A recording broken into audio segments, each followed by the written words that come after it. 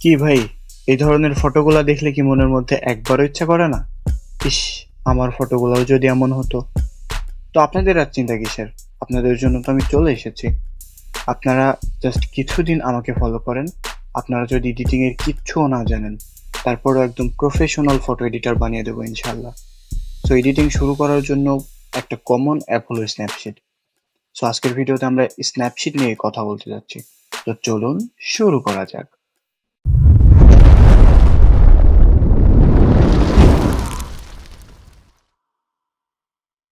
So guys, আপনারা Google play স্টোরে চলে গিয়ে সরাসরি স্ন্যাপশিট লিখে সার্চ করবেন, সেখানে আপনারা স্ন্যাপশিট পেয়ে যাবেন। তারপরেও যদি সমস্যা হয়, আমি আমার ভিডিওর ডিসক্রিপশন বক্সে স্ন্যাপশিটের লিঙ্ক দিয়ে রাখবো, আপনারা সেখান থেকে চেক আউট করে নিতে পারেন। সো এখানে লগ ইন করার কোনো ঝামেলা নেই, সরাসরি আপনারা এই পেজে চলে আসবেন। আসার পরে মাঝখানে যে প্লাস আইকন আছে, এই প্লাস আইকনে ক্লিক করে দিবেন। তো আমি সিম্পলি ক্লিক করে দিলাম। এখানে আপনার পুরো গ্যালারি শো হয়ে যাবে। গ্যালারিতে আপনার যে ফটোটি এডিট করার প্রয়োজন, সেই ফটোটি সিলেক্ট করে দেবেন। তো সিম্পলি আমি সিলেক্ট করে নিলাম। নেওয়ার পরে আপনারা ডান সাইডে দেখতে পাচ্ছেন এই যে একটা রুল আইকন। সো এই রুল আইকনের উপরে ক্লিক করবেন। এখানে ক্লিক করার পরে দেখতে পাচ্ছেন এখানে অনেকগুলো টুলস রয়েছে। এই টুলসগুলোর কোনটার কি ব্যবহার সবগুলো আপনারা আস্তে ধীরে জানতে পারবেন। তো প্রথমত এই ফটোটি এডিট করার জন্য আমি ফার্স্ট অফ অল এই টোন ইমেজে যাব। টোন ইমেজটা সিলেক্ট করব। আপনারা এখান থেকে টোন ইমেজটা সিলেক্ট করে নেবেন। নেওয়ার পরে আপনারা নিচে যে দেখতে পাচ্ছেন একটা লেভেলাইজেশন রয়েছে, লেভেলাইজেশনের উপরে ক্লিক করবেন। এখানে ফার্স্ট অফ অল দেখতে পাচ্ছেন ব্রাইটনেস। সো আমি এখানে ব্রাইটনেসটা একটু বাড়িয়ে নেব। ব্রাইটনেস নেওয়ার পরে এখানে আছে কন্ট্রাস্ট, কন্ট্রাস্টটা -2 করে দিব। স্যাচুরেশনটা আমি +5 করে দিব। অ্যাম্বালেন্সটা একটু বাড়িয়ে দিব, +8 এ রাখা যায়। আচ্ছা, হাইলাইটমেন্টটা একটু কমিয়ে দেব, -8। শ্যাডোটা একটু কমিয়ে দেব, এখানে 1 টোন এরকমই থাকবে। তো এখান থেকে আপনারা সিম্পলি টিক মার্কে ক্লিক করে দিবেন। টিক মার্কে ক্লিক করে দেওয়ার পরে দেখতে পাচ্ছেন আমাদের ফটোটা অলরেডি একটা কোয়ালিটির মধ্যে চলে আসছে। ওকে, সো নেক্সট স্টেপে আপনারা আবারও সেম ভাবে রুল আইকনে ক্লিক করবেন। করার পরে আপনারা দেখতে পাবেন এখানে সিলেক্টিভিটি নামে একটা অপশন রয়েছে। এই অপশনে ক্লিক করে দিবেন। এরপরে আপনি আপনার ফটোর উপরে এইভাবে স্ক্রল করবেন।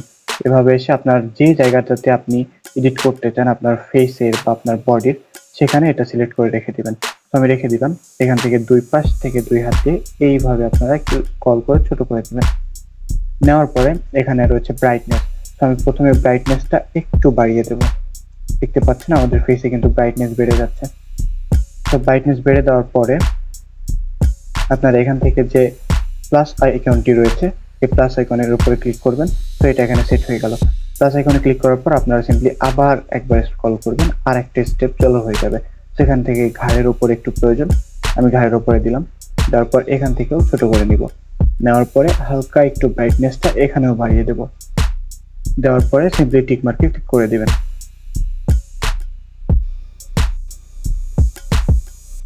সো এখান থেকে সিম্পলি আপনারা আবারও এই রুল আইকনে চলে যাবেন।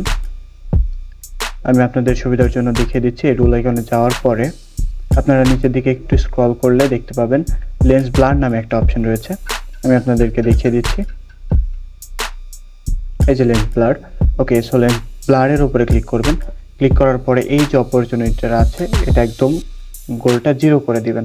এখান থেকে ব্লার স্টেন্সটা 0 করে দিবেন, ট্রানজিশনটা 0 করে দিবেন, ইমেজটাও একদম 0 করে দিবেন। এরপরে আপনি আসবেন ব্লার স্টেন্সে। এখানে এসে ব্লার স্টেন্সটা করে দিবেন +3। ওকে, +5, 7 রাখতে পারেন। ওকে, সো 7 রাখার পরে সিম্পলি আপনি টিক মার্কে ক্লিক করে দিবেন। দেওয়ার পরে দেখবেন আপনাদের ফটোটা একদম একটু ব্লার হয়ে গিয়েছে। তো এখন এখান থেকে আপনারা উপরের এই আইকনটাতে ক্লিক করে দিবেন। এখানে ক্লিক করার পরে এখানে আসবেন, দেখতে পাবেন ভিউ এডিট রয়েছে।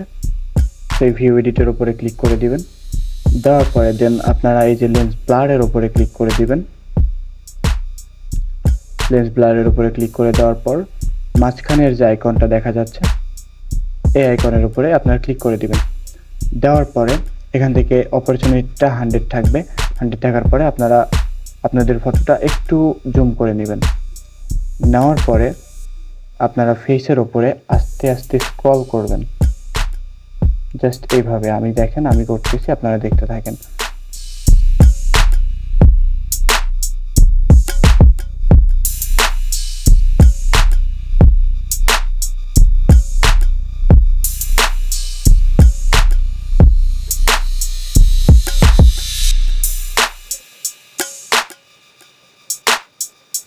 সো এভাবে করে নেওয়ার পরে আপনারা সিম্পলি টিকমার্কে ক্লিক করে দিবেন। দেওয়ার পরে দেখতে পাবেন আমাদের ফেসটা কিন্তু আগের থেকে অনেকটা স্মুথ হয়ে গেছে। সো এটা কিন্তু ন্যাচারাল দেখাচ্ছে না। ন্যাচারাল দেখানোর জন্য আমাদের কি করা উচিত, এখানে আপনারা সিম্পলি আবার সেই রুল আইকনে চলে যাবেন।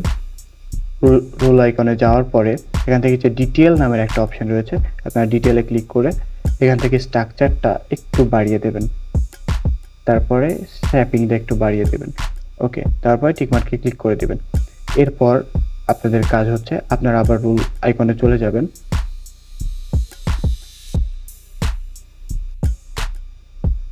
যাওয়ার পরে এখানে যে কেভস নামের একটা অপশন রয়েছে, এর উপরে ক্লিক করে দিবেন। ক্লিক করার পরে আপনারা এখানে কিছুগুলো টেমপ্লেট দেখতে পাবেন, এটার উপরে ক্লিক করবেন। এখানে ক্লিক করার পরে আপনারা বিভিন্ন ধরনের কালার দেখতে পাবেন।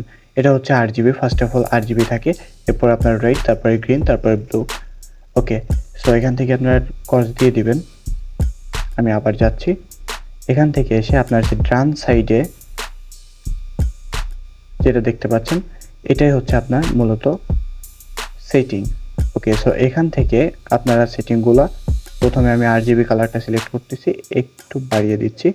ওকে, দেওয়ার পরে এখান থেকে আমি রেড কালারটা সিলেক্ট করব, রেড কালারটা একটু কমিয়ে দেব, ঠিক আছে। তারপরে গ্রিন কালারটা একটু বাড়িয়ে দেব। ওকে, সো এরপরে ব্লু কালারটা একটু কমিয়ে দেব, ঠিক আছে।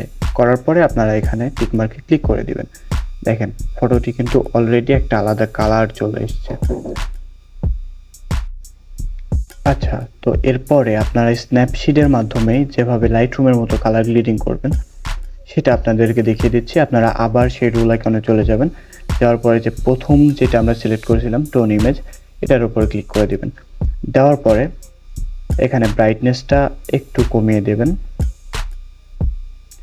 দেওয়ার পরে স্যাচুরেশনটা বাড়িয়ে দিবেন। ওকে, আমি দেখেন বাড়িয়ে দিচ্ছি +41। ওকে, অ্যাম্বালেন্সটা একটু বাড়িয়ে দেবেন, হাইলাইটমেন্টটা একটু কমিয়ে দেবেন, শ্যাডোটা একটু কমিয়ে দেবেন। ওকে, তারপর টিকমার্কে ক্লিক করে দেবেন। সেম প্রসেসিংয়ে আবারও আপনারা ফার্স্ট অফ অল এখানে চলে যাবেন, এখান থেকে ভিউ এডিট। ওকে, ভিউ এডিট থেকে টোন ইমেজ, তারপরে এই মাঝখানের অপশন।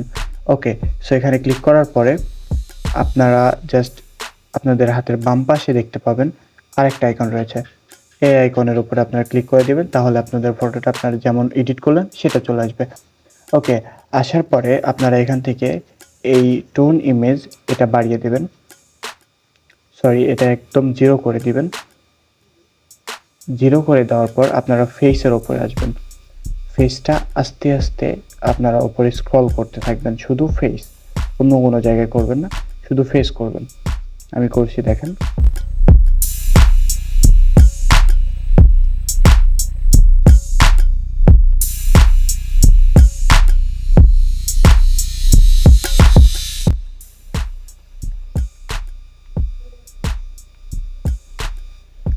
ওকে, সো আমার করা শেষ।